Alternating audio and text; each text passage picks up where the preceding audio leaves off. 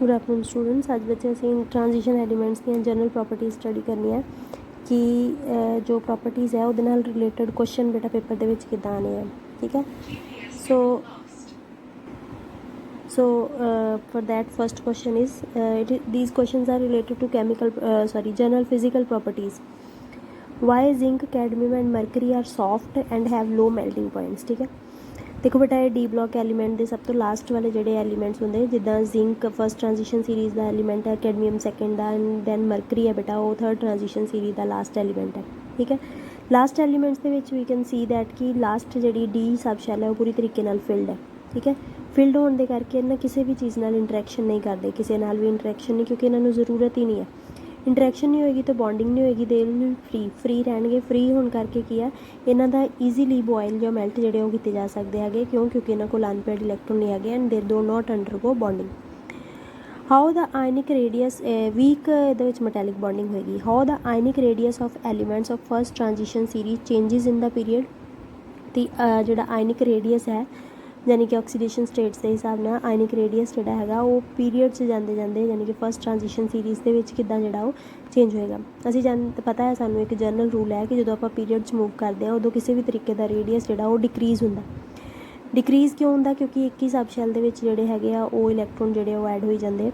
ठीक है, डी दे विच ही जिहड़े ऐड होई जा रहे हैं। ठीक है, सो इत्थे भी फस्ट लाइन यही है, देखो ionic radius of element decreases with increase in the atomic number and also the ionic radii decreases with the increase in oxidation state. जिद्दां जिद्दां ऑक्सीडेशन स्टेट वधेगी उद्दां भी जिहड़ा है आयनिक रेडियस इंक्रीज़ होएगा, डिक्रीज़ होएगा। क्यों? क्योंकि साडे कोल इफैक्टिव न्यूक्लीयर चार्ज जिहड़ा वो इंक्रीज़ हो जाता है। Okay, next in transition series starting from lanthanum, ये साडे कोल थर्ड ट्रांजिशन सीरीज़ की गल हो रही है। The next element hafnium, hafnium जिहड़ा 72 है, देखो ये गैप है 57 तो लैके 72 तक का। Why do we observe this jump in atomic number, ये वाला जंप जोड़ा क्यों नज़र आता है? ये जंप जोड़ा वो नज़र आता है क्यों? क्योंकि साडे कोल विच जिहड़े हैगे इहदे विच सेंटर दे विच जिहड़ा साडे कोल एफ ब्लॉक एलीमेंट है, एफ ब्लॉक एलीमेंट की फस्ट सीरीज़ यानी कि लैंथेनाइड है। लैंथेनाइड्स जिहड़े हैगे इहदे विच 14 एलीमेंट है, जिहदे करके साडे कोल सैपरेटली नीचे बॉटम के उपर प्लेस होया, जिहदे करके की है साडे कोल इहदे विच चेंज है। Next, explain why transition element have high melting and boiling point. The transition elements have high melting points. ठीक है, ਜਿਹੜੇ ट्रांजिशन एलीमेंट है उन्होंने मेल्टिंग पॉइंट हमेशा ज़्यादा जोड़ा वो क्यों होंगे? क्यों? क्योंकि ये मटैलिक बॉन्डिंग होंगी। मटैलिक बॉन्डिंग क्यों होंगी? मटैलिक बॉन्डिंग का कारण है कि इन्होंने अनपेयर्ड इलैक्ट्रॉन होंगे यानी कि पार्शली फिल्ड डी ऑर्बिटल्स है, वो अपने ही एलीमेंट्स के नाल अपने ही एटम्स के नाल, एक एलीमेंट है कोई भी एलीमेंट है डी ब्लॉक का, वो अपने ही एटम्स के नाल जोड़ा वो कंबाइन करके साडे कोल जोड़ा है वो स्ट्रोंगर बॉन्डिंग जोड़ा वो बनाएगा। दैट्स वाई ये किया साडे कोल इन्हां दा मेल्टिंग ते बॉइलिंग पॉइंट जोड़ा ज़्यादा होंदा। Next, why are ionisation energy of why is ionisation energy of 5D elements. 5D elements जोड़े हैं यानी कि ये साडे कोल थर्ड ट्रांजिशन सीरीज़ की गल हो रही। 5D एलीमेंट्स की कहते आयनाइजेशन ज़्यादा होंदी है, ग्रेटर दैन 3D एलीमेंट्स।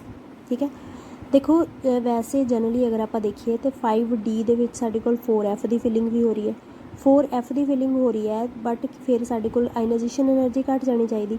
क्यों? क्योंकि जिन्ने अंदर इलैक्ट्रॉन है उन्होंने विच अगर अंदर साडे कोल ज़्यादा इलैक्ट्रॉन हो जाए तो बाहर वाले इलैक्ट्रॉन्स नूं कढ़ना जिहड़ा ईजी हो जाता, जिहदे नाल की हैगा क्योंकि जिहड़ा न्यूक्लीयर चार्ज है वो की हो जाता, ज़्यादा हो जाता, घट जाता।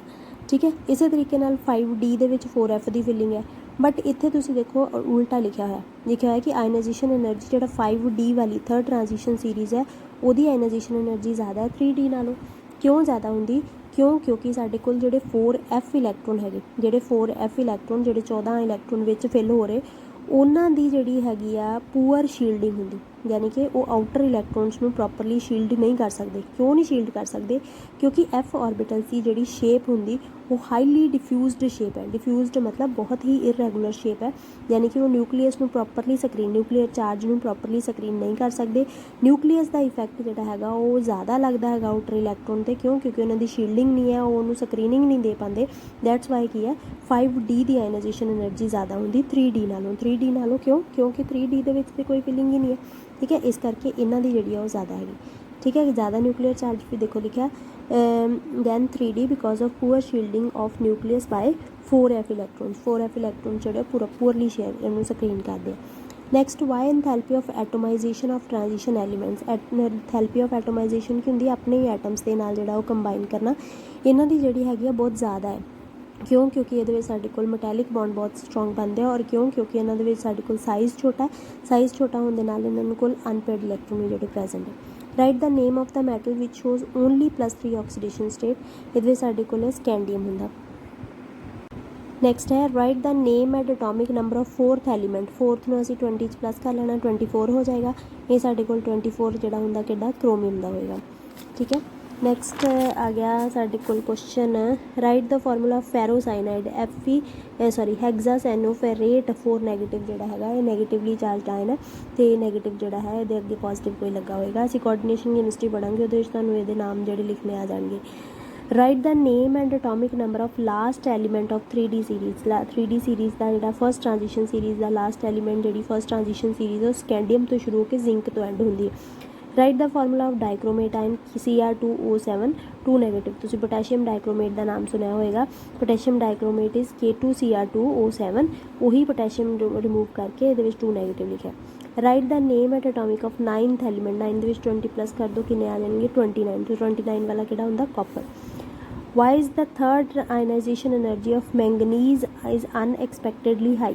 ਕਹਿੰਦੇ ਕਿ ਜਿਹੜੀ ਥਰਡ ਆਇਨਾਈਜੇਸ਼ਨ ਐਨਰਜੀ ਹੈ, ਥਰਡ ਆਇਨਾਈਜੇਸ਼ਨ ਦੇਖੋ ਬੱਚਾ, ਅਗਰ ਪਹਿਲਾ ਰਿਮੂਵ ਆਪਾਂ ਇਲੈਕਟ੍ਰੋਨ ਕਰਾਂਗੇ, ਆਇਨਾਈਜੇਸ਼ਨ ਐਂਥੈਲਪੀ ਆਇਨਾਈਜੇਸ਼ਨ ਐਨਰਜੀ ਕੀ ਹੁੰਦੀ ਹੈ, energy required to remove outer electron. ਬਾਹਰ ਵਾਲਾ ਇਲੈਕਟ੍ਰੋਨ ਕੱਢਣ ਵਾਸਤੇ ਜਿਹੜੀ ਐਨਰਜੀ ਸਾਨੂੰ ਚਾਹੀਦੀ ਹੁੰਦੀ ਉਹਨੂੰ ਆਪਾਂ ਆਇਨਾਈਜੇਸ਼ਨ ਐਨਰਜੀ ਕਹਿੰਦੇ। ਪਹਿਲਾ ਕੱਢਾਂਗੇ ਇਲੈਕਟ੍ਰੋਨ ਤੇ ਫਸਟ ਆਇਨਾਈਜੇਸ਼ਨ ਐਨਰਜੀ ਹੋ ਜਾਏਗੀ, ਦੂਸਰਾ ਕੱਢਾਂਗੇ ਤੇ ਉਹ ਸੈਕਿੰਡ ਆਇਨਾਈਜੇਸ਼ਨ ਐਂਥੈਲਪੀ ਹੋ ਜਾਏਗਾ। ਹੁਣ ਇੱਥੇ ਪਹਿਲਾ ਦੂਸਰਾ ਨਹੀਂ ਪੁੱਛਿਆ, ਇਹਨਾਂ ਨੇ ਥਰਡ ਪੁੱਛਿਆ। ਵੈਸੇ ਇਹਦੀ ਫਸਟ ਆਇਨਾਈਜੇਸ਼ਨ ਐਨਰਜੀ ਵੀ ਜ਼ਿਆਦਾ ਹੁੰਦੀ। ਕਿਉਂ? ਕਿਉਂਕਿ ਮੈਂਗਨੀਜ਼ ਦੀ ਅਗਰ ਆਪਾਂ ਕੌਨਫੀਗਰੇਸ਼ਨ ਦੇਖੀਏ, argon 3d5 4s2, it is completely S ਤੇ ਪੂਰਾ ਫਿਲਡ ਹੈ, ਡੀ ਜਿਹੜਾ ਪਾਰਸ਼ਲੀ ਫਿਲਡ ਹੈ। ਪਾਰਸ਼ਲੀ ਮਤਲਬ ਹਾਫ ਫਿਲਡ ਹੈ। ਹਾਫ ਫਿਲਡ ਹੋਣ ਦੇ ਕਰਕੇ ਕੀ ਹੈ, ਸਟੇਬਲ ਕੌਨਫੀਗਰੇਸ਼ਨ ਹੈ। ਇਫ ਯੂ ਸੀ ਦੇਖੋ ਸਟੇਬਲ ਕੌਨਫੀਗਰੇਸ਼ਨ ਹੈ, ਬਟ ਐਸ ਵਾਲੇ ਇਲੈਕਟ੍ਰੋਨ ਤੋਂ ਚਲੋ ਇੱਕ ਨਿਕਾਲ ਲਿਆ, ਦੂਸਰਾ ਜਿਹੜਾ ਉਹ ਥੋੜ੍ਹੀ ਹੋਏਗੀ ਆਇਨਾਈਜੇਸ਼ਨ ਐਨਰਜੀ, ਬਟ ਤੀਸਰੀ ਬਹੁਤ ਜ਼ਿਆਦਾ ਹੁੰਦੀ। ਕਿਉਂਕਿ ਇਹਦੇ ਵਿੱਚ ਡੀ ਜਿਹੜੇ ਹੈਗੇ ਉਹ 5 ਇਲੈਕਟ੍ਰੋਨ ਜਿਹੜੇ ਹੈਗੇ ਆ, 5 ਇਲੈਕਟ੍ਰੋਨ ਜਿਹੜੇ ਡੀ ਦੇ ਉਹ ਬਹੁਤ highly half filled configuration is highly stable, that's why ionization energy is higher. Next, write the formula of a compound where the transition metal is in +7 oxidation state. So manganese ही सिर्फ एक ऐसा है ਜਿਹਦੀ ਕੀ ਹੈ ਸਾਡੇ ਕੋਲ +7 ਆਕਸੀਡੇਸ਼ਨ ਸਟੇਟ ਹੈ, but ਇਹਨਾਂ ਨੇ ਇੱਥੇ ਮੈਂਗਨੀਜ਼ ਪੁੱਛਿਆ। ਮੈਂਗਨੀਜ਼ ਦੇ ਵਿੱਚ ਸਾਡੇ ਕੋਲ ਕੰਪਾਊਂਡ ਹੈ ਪੈਗਨੇਟ, potassium permanganate, this is permanganate, KMnO4, this is permanganate. Why do transition element exhibits variable oxidation state and form complex compounds.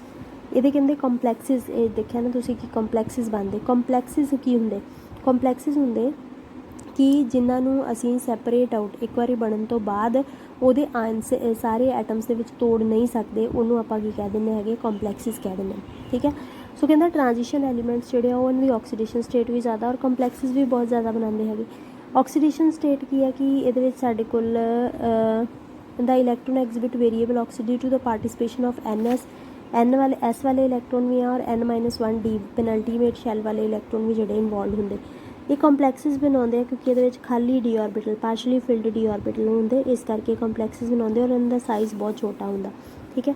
Basically ਬੇਟਾ ਟ੍ਰਾਂਜੀਸ਼ਨ ਐਲੀਮੈਂਟਸ ਦਾ ਕੋਈ ਵੀ ਰੀਜ਼ਨਿੰਗ ਕੁਐਸਚਨ ਆਏਗਾ ਤੁਹਾਨੂੰ ਆਇਨਾਈਜੇਸ਼ਨ ਐਨਰਜੀ ਦੇ ਹਿਸਾਬ ਨਾਲ, ਆਕਸੀਡੇਸ਼ਨ ਸਟੇਟ ਦੇ ਹਿਸਾਬ ਨਾਲ, ਮੈਲਟਿੰਗ ਪੁਆਇੰਟ, ਬੋਇਲਿੰਗ ਪੁਆਇੰਟ ਦੇ ਹਿਸਾਬ ਨਾਲ, ਫਿਜ਼ੀਕਲ, ਉਹਦੇ ਹੀ 3 ਹੀ ਕਾਰਨ ਆਣੇ ਆ। ਫਸਟ ਆਏਗਾ ਸਮਾਲ ਸਾਈਜ਼ ਹੈ, ਦੂਸਰਾ ਮੈਟੈਲਿਕ ਬੌਂਡਿੰਗ ਐਂਡ ਤੀਸਰਾ ਬੈਲੈਂਸ ਹੈ, ਔਰ ਪਾਰਸ਼ਲੀ ਫਿਲਡ ਡੀ ਆਰਬਿਟਲ ਆਏਗਾ ਆਂਸਰ ਉਹਦਾ। ਔਰ ਇਹਦੇ ਵਿੱਚ ਵੀ ਇਹ ਸੇਮ ਹੈ due to the small size ਕਰਕੇ। Next magnetic properties of transition element. ਅਗਰ ਸਾਡੇ ਕੋਲ ਅਨਪੇਅਰਡ ਇਲੈਕਟ੍ਰੋਨ ਹੁੰਦੇ ਆ ਤਾਂ ਉਹਨਾਂ ਦੀ ਮੈਗਨੈਟਿਕ ਮੂਵਮੈਂਟ ਹੁੰਦੀ। ਸੋ ਮੈਗਨੈਟਿਕ ਮੂਵਮੈਂਟ ਕੱਢਣ ਵਾਸਤੇ ਸਾਡੇ ਕੋਲ formula μ is equals to √NN+2। n ਹੁੰਦੇ ਸਾਡੇ ਕੋਲ number of electron, number of unpaired electron. ਅਗਰ ਸਾਡੇ ਕੋਲ ਅਨਪੇਅਰਡ ਇਲੈਕਟ੍ਰੋਨ ਹੈ ਤਾਂ ਉਹਨੂੰ ਆਪਾਂ ਪੈਰਾਮੈਗਨੈਟਿਕ ਕਵਾਂਗੇ and they are strongly attracted by magnetic field. Diamagnetic ਹੈ, ਉਹਦੇ ਵਿੱਚ ਸਾਡੇ ਕੋਲ ਉਹ ਸਬਸਟੈਂਸਿਸ ਹੁੰਦੇ ਜਿਹੜੇ ਰਿਪੈਲ ਕਰਦੇ, ਯਾਨੀ ਕਿ ਫੁੱਲੀ ਫਿਲਡ ਹੋਣਗੇ। ਫੈਰੋਮੈਗਨੈਟਿਕ substances are those substances which remain magnetized even after magnetic field is permanent magnets, ਜਿਹਨਾਂ ਨੂੰ ਆਪਾਂ ਕਹਿ ਦਿੰਦੇ ਹਾਂ ਉਹ ਫੈਰੋਮੈਗਨੈਟਿਕ ਸਬਸਟੈਂਸ ਹੁੰਦੇ। Transition metal have unpaired electrons therefore they are, ਇਹ ਸਾਡੇ ਕੋਲ ਕੀ ਹੈਗੇ ਪੈਰਾਮੈਗਨੈਟਿਕ ਹੁੰਦੇ। ਇਹਨਾਂ ਦੀਆਂ ਸਾਰੇ ਜਿਹੜੇ ਹੈਗੇ ਆ ਸਿਰਫ ਲਾਸਟ ਵਾਲੇ ਐਲੀਮੈਂਟਸ ਨੂੰ ਛੱਡ ਕੇ ਸਾਰਿਆਂ ਦੇ ਵਿੱਚ ਅਨਪੇਅਰਡ ਇਲੈਕਟ੍ਰੋਨ ਹੁੰਦੇ, ਇਸ ਕਰਕੇ ਆਪਾਂ ਇਹਨਾਂ ਨੂੰ ਪੈਰਾਮੈਗਨੈਟਿਕ ਸਬਸਟੈਂਸਿਸ ਵੀ ਕਹਿ ਸਕਦੇ ਹੈਗੇ। ਨੈਕਸਟ ਆ ਗਿਆ ਸਾਡੇ ਕੋਲ which of the 3D series of transition element which of the 3D series of transit exhibit large oxidation large number of oxidation states and why? obviously ਬੇਟਾ ਜੀ ਕਿਹਦਾ ਸਭ ਤੋਂ ਜ਼ਿਆਦਾ ਹੋਏਗਾ? ਓਬਵੀਅਸਲੀ ਜਿਹਦੇ ਵਿੱਚ ਸਭ ਤੋਂ ਜ਼ਿਆਦਾ ਇਲੈਕਟ੍ਰੋਨ ਹੋਣਗੇ, ਜਿੱਦਾਂ ਸਾਡੇ ਕੋਲ ਕਿੰਨੇ ਹੈਗੇ ਮੈਂਗਨੀਜ਼ ਇਜ਼ 3D 5F4S2 ਇਹਦੀਆਂ ਆਕਸੀਡੇਸ਼ਨ +7 ਤੱਕ ਚਲੀ ਜਾਂਦੀ ਹੈ ਬੇਟਾ। ਸੋ 3D ਦੇ ਵਿੱਚ ਸਭ ਤੋਂ ਜ਼ਿਆਦਾ ਇਹੀ ਹੈਗਾ। ਨੈਕਸਟ ਆ ਗਿਆ ਬੇਟਾ ਵਾਟ ਮੇ ਬੀ, ਹਾਂਜੀ, what may be the stable oxidation state of transition element with the following electronic D electron configuration. ਇਹ D electron configuration D3 is vanadium, D5 ਵਾਲਾ ਜਿਹੜਾ ਹੋਏਗਾ ਇਹ ਐਕਚੁਅਲੀ ਕ੍ਰੋਮੀਅਮ ਹੈ, ਬਟ ਇਹਦੀ ਸਟੇਬਲਾਈਜ਼ ਕੀਤੀ ਹੋਈ ਹੈ, ਮਤਲਬ ਇਹ ਸ਼ਿਫਟ ਹੋਇਆ ਹੋਇਆ electron. And next is the I think it's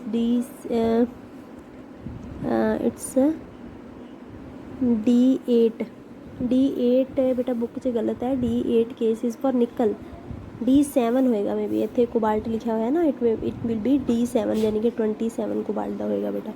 so it is wrong here, ਇੱਥੇ ਥੋੜ੍ਹਾ ਗਲਤ ਦਿੱਤਾ ਹੋਇਆ, ਠੀਕ ਹੈ। D4 ਜਿਹੜਾ ਹੈਗਾ, D4 ਦੇ ਵਿੱਚ ਸਾਡੇ ਕੋਲ ਇਹ ਵੀ ਜਿਹੜਾ ਹੈ ਇਹ ਬੇਟਾ ਇਹਦੀ ਹੀ, ਅਗਰ ਇਸ ਵਾਲਾ ਇਲੈਕਟ੍ਰੋਨ ਅੱਗੇ ਸ਼ਿਫਟ ਹੋ ਜਾਏਗਾ ਤਾਂ D4 ਸਾਡੇ ਕੋਲ ਕ੍ਰੋਮੀਅਮ ਆਉਣਾ ਚਾਹੀਦਾ ਹੈ, ਠੀਕ ਹੈ। ਇਹ ਥੋੜ੍ਹਾ ਬੇਟਾ ਕੰਟਰੋਵਰਸ਼ੀਅਲ ਹੈ, ਸੋ ਇਹ ਕੁਐਸਚਨ ਤੁਸੀਂ ਇੱਥੋਂ ਨਹੀਂ ਕਰਨਾ ਹੈਗਾ, ਓਕੇ। ਇਹਨੂੰ ਰਹਿਣ ਦੇਣਾ ਕਿਉਂਕਿ ਇਹਦੇ ਵਿੱਚ ਜਿਹੜੇ ਨਾਮ ਲਿਖੇ ਹੋਏ ਆ ਬੇਟਾ ਇਹਦੇ ਆਨਸਰ ਜਿਹੜਾ ਉਹ ਕਰੈਕਟ ਨਹੀਂ ਹੈਗਾ, ਠੀਕ ਹੈ। ਨੈਕਸਟ ਕੁਐਸਚਨ ਦੇਖਾਂਗੇ ਆਪਾਂ, name the oxo metal anions of the first series of transition. ਇਹ ਬੇਟਾ ਆਕਸੋ ਦੀ ਗੱਲ ਹੋ ਰਹੀ ਹੈ, ਇਹਨੂੰ ਆਪਾਂ ਜਿਹੜਾ ਹੈਗਾ ਉਹ ਬਾਅਦ 'ਚ ਕਰਾਂਗੇ। ਬੇਸਿਕਲੀ ਜਿਹੜਾ ਫਿਜ਼ੀਕਲ ਪ੍ਰੋਪਰਟੀ ਦੇ ਵਿੱਚ ਤੁਸੀਂ ਜਿਹੜੀ ਚੀਜ਼ ਕਰਨੀ ਹੈਗੀ ਉਹ ਸਭ ਤੋਂ ਪਹਿਲਾਂ ਆਇਨਿਕ ਜਾਂ ਐਟੋਮਿਕ ਰੇਡੀਅਸ ਕਰਨਾ ਹੈ, ਦੂਸਰਾ ਆਇਨਾਈਜੇਸ਼ਨ ਐਨਰਜੀ ਦੇ ਕੁਐਸਚਨ ਆਉਂਦੇ ਆ, ਠੀਕ ਹੈ, ਅਤੇ ਕਿਹਦੀ ਜ਼ਿਆਦਾ ਕਿਹਦੀ ਵੱਧ, ਇਹ ਵਾਲੀ ਚੀਜ਼ਾਂ ਜਿਹੜੀਆਂ ਕਰਨੀਆਂ, ਔਰ ਮੈਲਟਿੰਗ ਐਂਡ ਬੋਇਲਿੰਗ ਪੁਆਇੰਟ ਬਹੁਤ ਹੀ ਅੱਛੀ ਤਰ੍ਹਾਂ ਕਰਨਾ। ਇਹ ਤਿੰਨ ਚੀਜ਼ਾਂ ਨੂੰ ਤੁਸੀਂ ਅੱਛੀ ਤਰੀਕੇ ਨਾਲ ਕਰਨਾ, ਮੈਲਟਿੰਗ ਬੋਇਲਿੰਗ ਪੁਆਇੰਟ ਔਰ ਰੇਡੀਅਸ ਔਰ ਸਾਡੇ ਕੋਲ ਆਇਨਾਈਜੇਸ਼ਨ ਐਨਰਜੀ ਜਿਹੜੀ। ਬਾਕੀ ਅਸੀਂ 1 ਬਾਏ 1 ਜਿਹੜੀਆਂ ਬੱਚੇ ਚੀਜ਼ਾਂ ਪੜ੍ਹਾਂਗੇ। Thank you.